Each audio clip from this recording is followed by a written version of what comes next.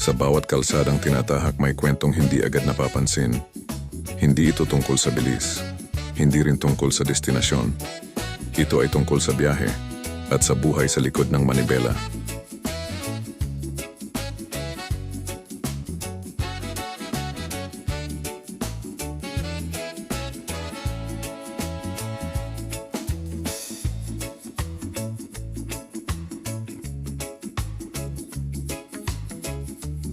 Habang umiikot ang mga gulong, kasabay nitong umiikot ang buhay.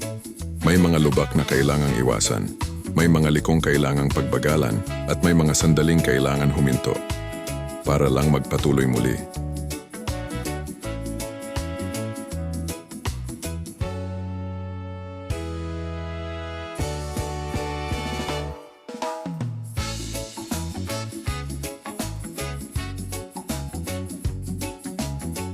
Sa likod ng manibela, doon mo natututunan ang tunay na pasensya.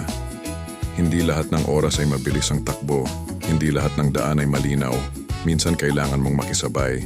Minsan kailangan mong maghintay.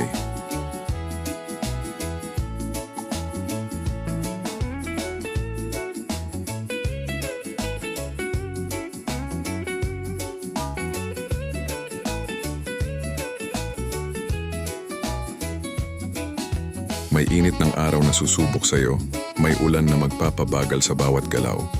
Pero kahit mahirap, tuloy pa rin ang biyahe.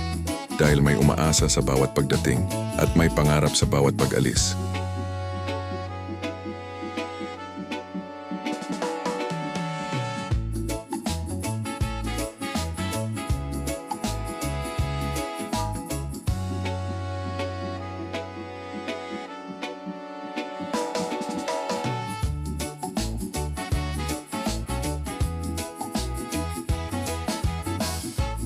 Ang kalsada ay parang buhay, hindi laging diretso.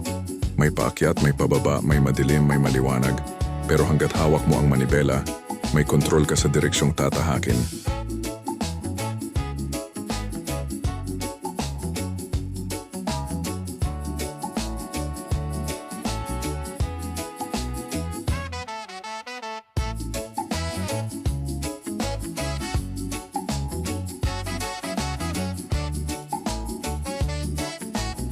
Kaya sa susunod na makita mo ang isang truck sa daan, alalahanin mo, may kwento sa loob nito.